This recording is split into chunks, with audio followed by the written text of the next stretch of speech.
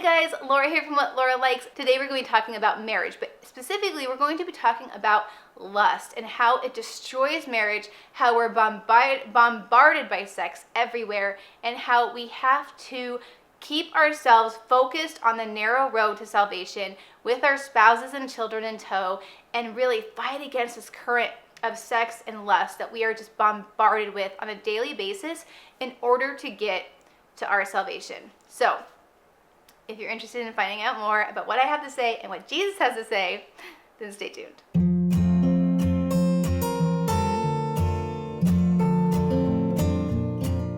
So I'm going to start by reading yesterday's gospel according to Matthew, because this is where the inspiration for this video came from. Before going further, make sure you like this video, subscribe if you're new, hit that notification bell, make sure it says all notifications so that you get notified when I go live, because I try to do a live video about once a week at this point. So fun. All right, I got my gospel here in my Laudate app, and so here we go. This is Matthew chapter 5, verses 27 through 32. Jesus said to his disciples, "You have heard that it was said, 'You shall not commit adultery.' But I say to you, everyone who looks at a woman with lust has already committed adultery with his heart." And you can switch the his and her, anyone who looks at a man has already committed with lust, has already committed adultery in her heart. And I think we can go even further from seeing an actual person to the fantasy, to the romance novels and the Cosmo magazines and the movies and the Hollywood stars, if that's something you're into. Whether it's an actual person or it's this fantasy of the what if, of a past or present or future kind of ideal, it's all still lust. It's all still violating your vows to your marriage, and it's so sinful. And so let's go through this a bit and kind of dissect why we have to struggle with lust so much in our society. We know that pornography is a huge problem for both men and women, and I would actually argue that things like romance novels are porn for women. So let's talk about why that's such a struggle and what we can do to really strengthen our marriages and to understand the spiritual warfare that we are in every single day, especially right now in the world.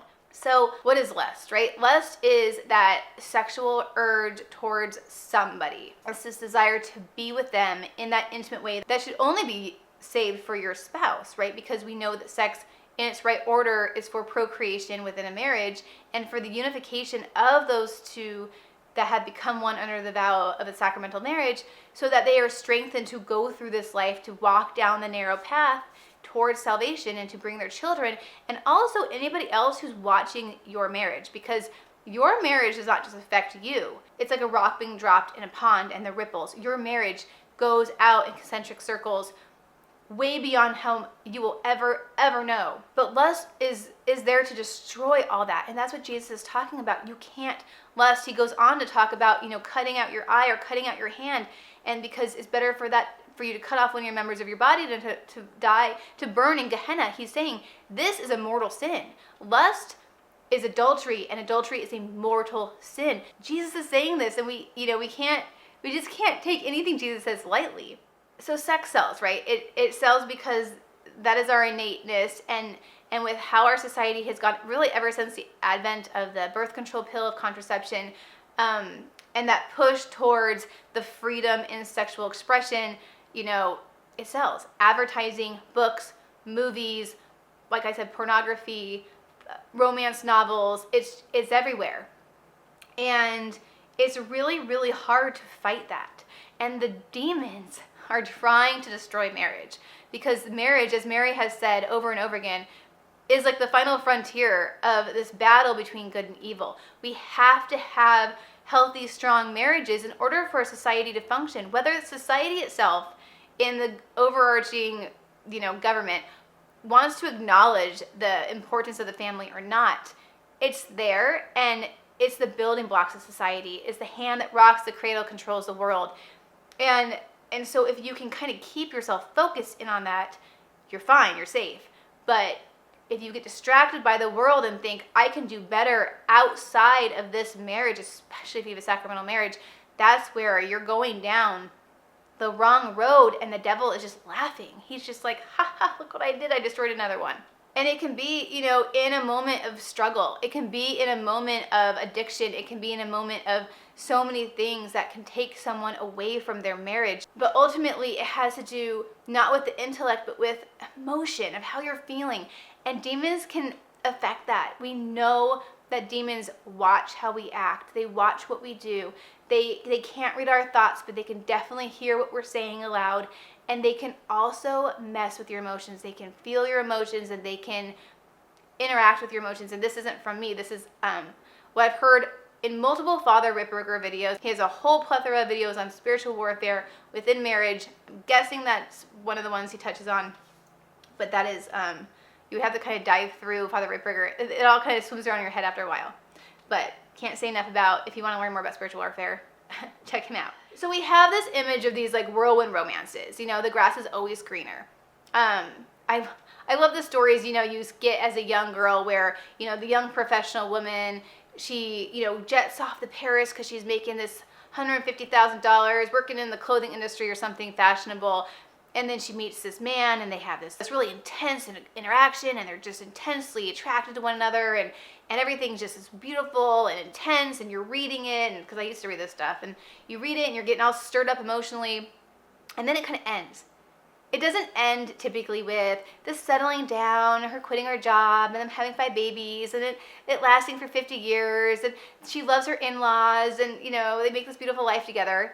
No, it doesn't end that way, because that's not the point of those books. The point of those books are to cause unrest in your own marriage, in the humdrum, in the Anti-Mary Exposed.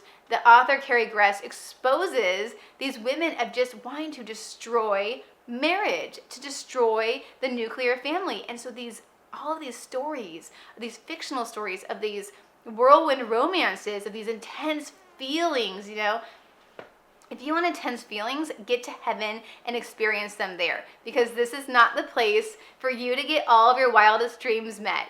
That's later. That's ecstasy in heaven in a very different way than we experience it down here below, which is nothing. It's like giving a child a Cheerio when you can have the best chocolate chip cookie in the afterlife. So just hang on for the afterlife and do what Jesus says now and here today. I want to juxtapose that whirlwind romance to the couple that is sitting there in their old age, having been married 50 or 60 years, with all this family, all of these children and grandchildren and maybe great-grandchildren surrounding them. To me, and I think to everybody, if you're honest with yourself, that is the more beautiful picture than some young girl having a couple day or a couple week or couple month whirlwind romance over on this other side. It's not that.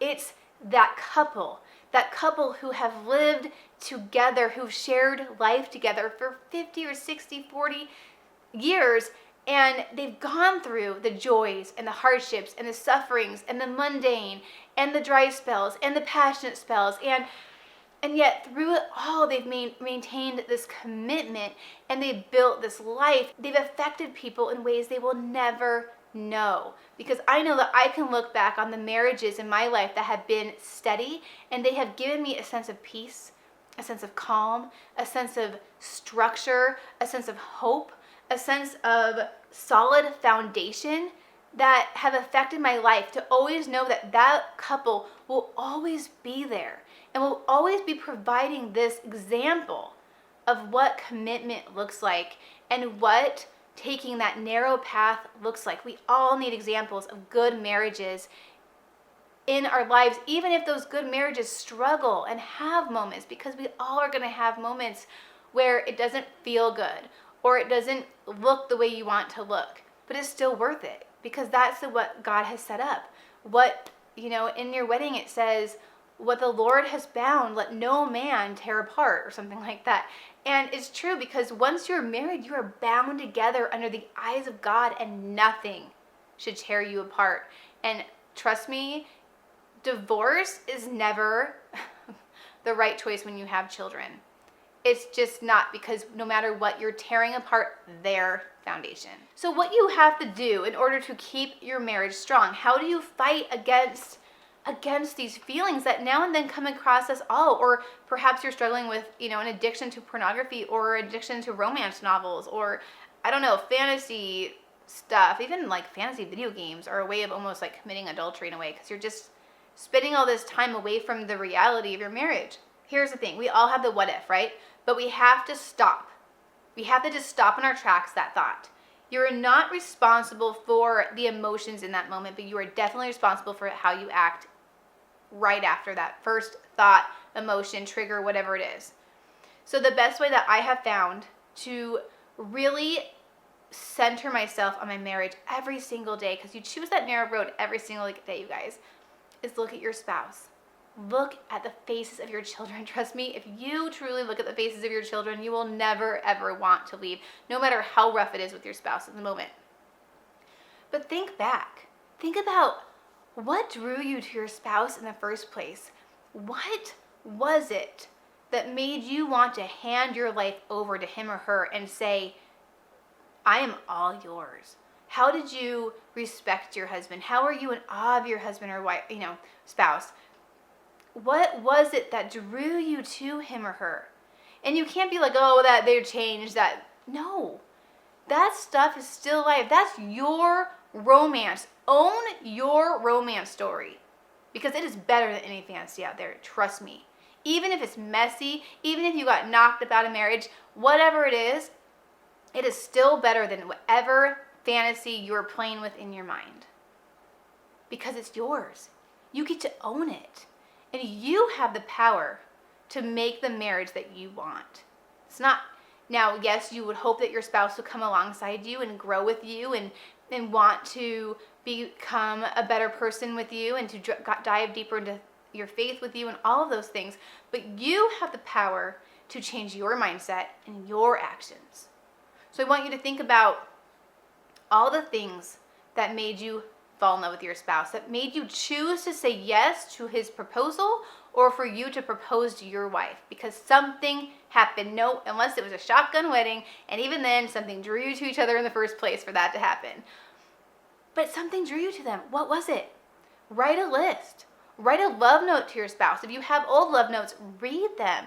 Put yourself back in those first few months or first few years and say, what was it? What was about them? What are all those moments where I was like, yes, this is who I want to be with, who I want to raise my children with, who I want to grow old with? What was it? And then you choose every day ways to make your marriage better. Who would you want to come home to after a long day's work? Who would you want to spend your time with? Who would you want to interact with the kids with? Be that person. So if you're cranky all the time, I wouldn't want to be with someone who's cranky all the time. That would drive me nuts. So I better not be cranky all the time. I better fix my mind if I'm in that mental place or that emotional place or that whatever. Find a song you like, put some earbuds in, go for a run, whatever it is, If I was coming home from a long day's work and my husband was home all day or my spouse was home all day, I would want dinner ready. Now, I can be super lazy about that, but I know that I would want dinner ready every single day. So I better do that for my spouse, not expecting anything in return from him, but knowing that that's what I would want, because you have so much power. Don't give it to the other person. Don't be like, well, that person's messy, that person's, whatever it is. You just want to conjure up those early days, those butterflies, those feelings, because you can get them back. But here's the cool thing. You get them back plus the number of years and experiences that you have with your spouse. And those can't be replaced for anything. If you're a woman and you're watching this and you're struggling right now in your marriage, my best suggestion for you, that's helped me the most recently, is reading the book Fascinating Womanhood. Now, this author is not Catholic. She's LDS, so the book is, when it does quote scripture, it's coming from that angle. But I have found nothing in there that was destructive or bad. If anything, I have just learned how to be a much better wife to my husband, to be so much more that woman that I think every man craves. If you're a man, the best thing you can do for your woman is to treat her like a princess. And I'm not joking. Every woman wants to be treated like a princess, and I bet you did it in the beginning. Whether it was through looks, whether you wrote poetry, whether you bought gifts, whether you took her places, woo your wife And also work on yourself. Become a better man. Become a man that she can respect, admire, love, cherish, and be in awe of. So if you have a porn addiction, go fix it. Go fix it. And if you can't handle it through just prayer, there are so many ways. Go look up Matt Fradd and find ways to fix it. No woman wants a man who looks at porn. End of story. And if you're a woman and you struggle with pornography, there are resources for you as well. Because we want to get out of that mindset of looking outside of our marriage for satisfaction sexually. We have to come to our spouse and our spouse alone and use sexuality in its right order. And that means it can be super fun, okay? But the other suggestion I have for women is there is a sex series through Among the Lilies Patreon page. So it's $10 a month. These are very high quality talks. These women kind of bear all. So if you are engaged, if you are newly married, if you have been married almost 13 years, I think we're at, and however long it's been, sex is a really important part of your marriage, and it helps this lust thing get pushed to the side when you have a healthy sex life. So don't neglect that. Find ways to support it in a Catholic manner, not in a worldly manner. Always keep our focus on that narrow road, and it's not going to be always fun, but it's always worth it. One more statistic: couples who were on the brink of divorce and who committed to stay together 5 years down the road were so thankful they have stayed. I love marriage. I think it's like the best, most exciting adventure of my life, even more so than being a parent. When you look at it that way, I think it really changes things, and it's just, you gotta let go of the road not taken and just really dive into the road you did take, the road God did have you go down, and just love it, have fun with it. It's messy, it's painful, you know, you get your feelings hurt, but it's still just so fun. So with that, you guys, continue to know God, love God, and do God's will. I'll talk to you very, very soon, and let me know if you want more marriage videos. Okay, bye.